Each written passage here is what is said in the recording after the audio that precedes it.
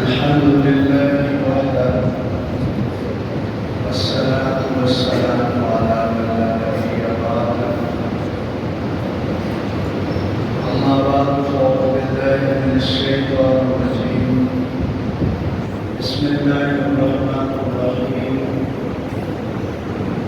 يا أيها الذين آمنوا اتقوا الله وكونوا مع الصادقين صدق الله العظيم اللهم صل على محمد وعلى آل محمد كما صليت على إبراهيم وعلى آل إبراهيم إنك حميد مجيد اللهم بارك على محمد وعلى آل محمد كما باركت على إبراهيم وعلى آل إبراهيم إنك حميد مجيد محترم بھائیو اور دوستو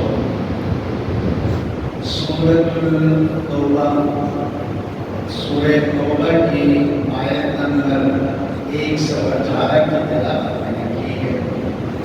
یہ ہمارے درس سے متعلق آیت ہے۔ ہمارا درس ان آیات پر مشتمل ہے جس میں یا ایھا الذین آمنوا کا اللہ نے خطاب فرمایا ہے۔ یہ پورے قرآن کا درس نہیں ہے، یہ کچھ سلیکٹڈ آیات کا ہے جو صرف مومن مردوں اور عورتوں سے، مسلمان مردوں اور عورتوں سے اللہ نے خطاب فرمایا ہے۔ ان میں سے یہ آیت نمبر 118 ہے سورہ توبہ۔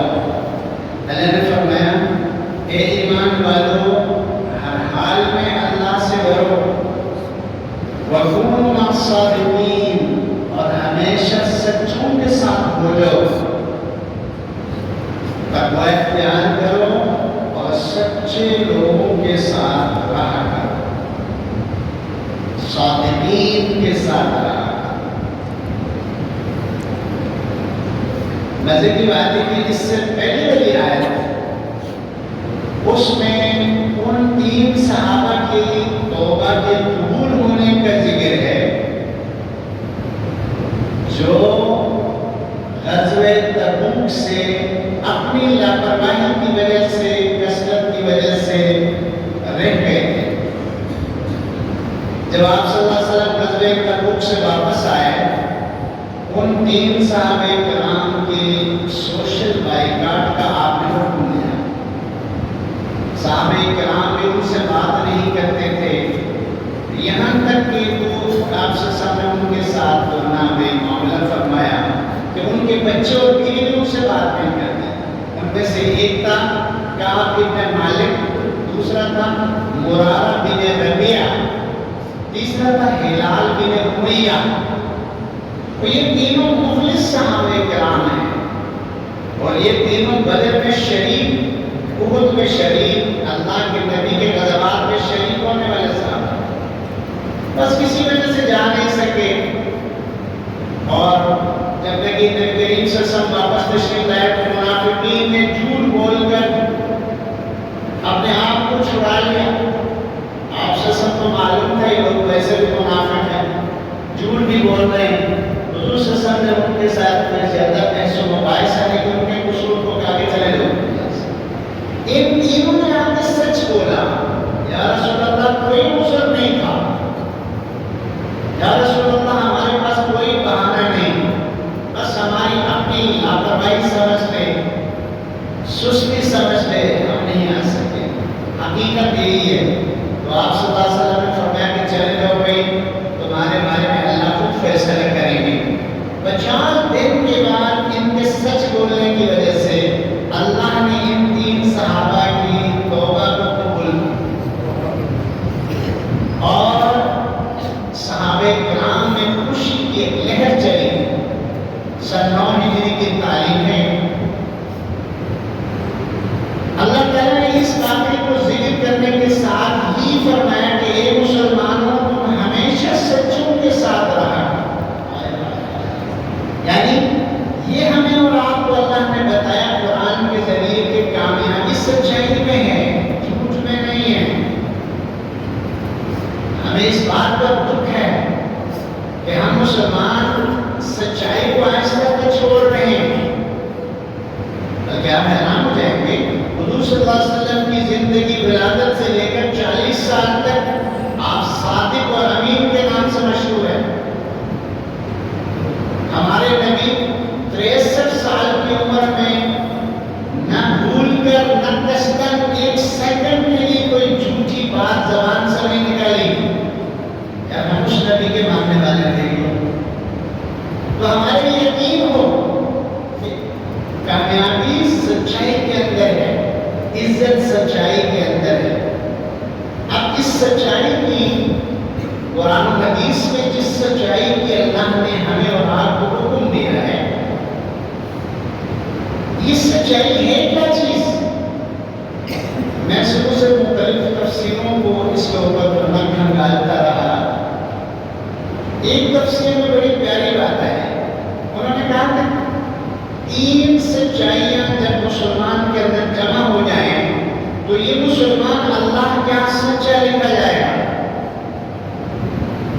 کس میں لکھا جائے گا؟ سچوں میں اس کا نام درج ہوگا۔ سچائی کی پہلی قسم کیا ہے؟ دل کی سچائی، آپ کا ایمان صحیح ہو، توحید پر پکا ہو، رسالت پر پکا ایمان ہو، آخرت پر پکا ایمان ہو، یہ دل کی سچائی ہے۔ پورے قرآن میں اس سچائی کو اللہ نے ایمان کہا ہے، یقین کہا۔ اللہ کی فضل سے آپ کو مجھے حاصل ہے، آپ کو مجھے یہ حاصل ہے، اس پر اللہ کا شکر ادا کرتے ہیں۔ دوسری سچائی کیا ہے؟ دوسری سچائی انسان کی زبان کی سچائی ہے۔ روزمرہ کی باتوں میں ہم زبان سے سچ بولیں۔ سچ بولنا فرض ہے۔ قرآن میرے سامنے ہے، مولانا صاحب بیٹھے ہیں، ایسا فرض جیسے نماز فرض، ایسا فرض جیسے رمضان کے روزے فرض، ایسا فرض جیسے کسی امیر پر حج فرض، اس سے کم نہیں۔ زبان کی سچائی کیا ہے؟ آپ کسی بھی واقعے کو اس واقعے کے مطابق بیان کریں، یہ سچائی ہے۔ آپ حقیقت کو بیان کرتے وقت منمانی نہیں کرتے، اس میں زیادتی اضافہ نہیں کرتے، جیسا دیکھا ایسا بیان کر رہے ہیں، سچائی ہے۔ اس کی اپوزٹ جھوٹ ہے، واقعے کو اس کے خلاف بیان کرنا جھوٹ ہے۔ جھوٹ اللہ کے ہاں بدترین گناہ ہے، سچائی اللہ کے ہاں عظیم ترین اخلاقی خوبی۔ میرے اور آپ کے محبوب نبی زبان کی سچائی کو مسلمان کے لیے فرض قرار دیتے ہیں، اور میں کہ مسلمان بزدل ہو سکتا ہے، مسلمان بخیل ہو سکتا ہے، مسلمان قاتل ہو سکتا ہے، زناکار بھی ہو سکتا ہے، لیکن مسلمان جھوٹا نہیں ہو سکتا۔ میں نہیں کر رہا، میں ترجمہ کر رہا ہوں۔ اللہ کے نبی نے فرمایا مسلمان جھوٹا، المؤمن لا یکذب، مسلمان جھوٹ نہیں بول سکتا۔ دوسری قسم زبان کی سچائی ہے۔ اگر آپ کو زبان کی سچائی ایمان کے ساتھ حاصل ہے، آپ بہت اونچے درجے کے مالک ہیں۔ اب دل کی سچائی بھی ہے، زبان کی سچائی بھی ہے، عمل کی سچائی، عمل کی سچائی، آپ دل میں جو رکھتے ہیں، زبان سے جو بولتے ہیں، اس سچائی پر عمل بھی کرتے ہیں۔ دل میں یقین نماز فرض ہے، زبان سے نماز کی فرضیت کا اقرار ہے، اور 5 وقت نماز آپ پڑھتے ہیں۔ دل میں یقین زکوٰۃ فرض ہے، زبان میں فرضیت کو بولتے ہیں اور پھر اس پر عمل کرتے ہیں۔ پھر آپ کو مبارک ہو، دل بھی سچا ملا، زبان بھی سچی ملی، اور ساتھ ساتھ آپ کا عمل بھی سچا ہے۔ من جاء بالصدق وصدق به فاولئک هم المتقون۔ اللہ نے فرمایا میرا جو بندہ سچائی کو سمجھے اور اپنے عمل کردار کو سچائی پر لائے، میرے ہاں یہ متقی لکھا جائے۔ اب یہ 3 سچائیاں جس مسلمان کے ہاں جمع ہوں، مرد ہے، عورت ہے، امیر ہے، غریب ہے، حاکم ہے، محکوم ہے، جج ہے، قاضی ہے، مسجد کا امام اور مولوی ہے، خدا کی قسم یہ اللہ کے یہاں سچوں میں لکھا جا چکا ہے۔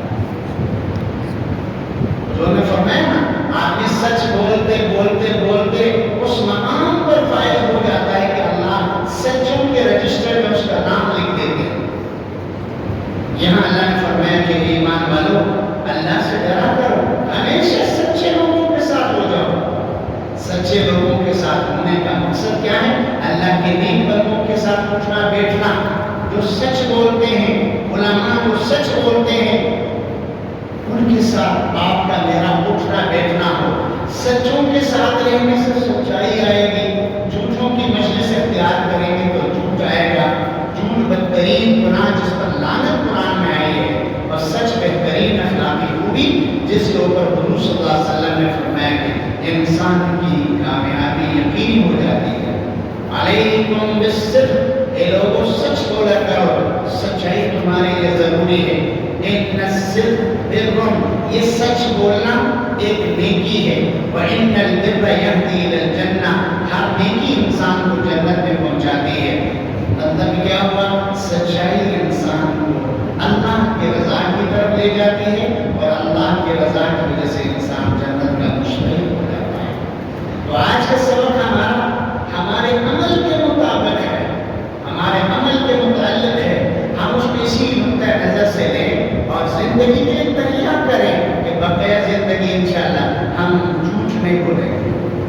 بیوی سے، بچوں سے، والدین سے، گارڈ سے، جس جہاں بھی ہم ہوتے ہیں اپنے آپ کو سچائی کے اندر ڈال، اور سچائی ہی کے اندر برکت ہے۔ اللہ تعالیٰ مجھے اور آپ کو اس کی سمجھ عطا فرمائے۔ آج 7 ستمبر ہے۔ 7 ستمبر کی نا 2 بڑی تاریخی واقعات ہیں۔ ایک 7 ستمبر 1965 کو میرے بزرگ بیٹھے ہیں، پاکستان فضائیہ کی طرف سے انڈیا کو زبردست شکست کے ساتھ دوچار کیا، اور اللہ تعالیٰ نے اس وقت 65 کی جنگ میں مسلمانوں کو عزت عطا فرمائی۔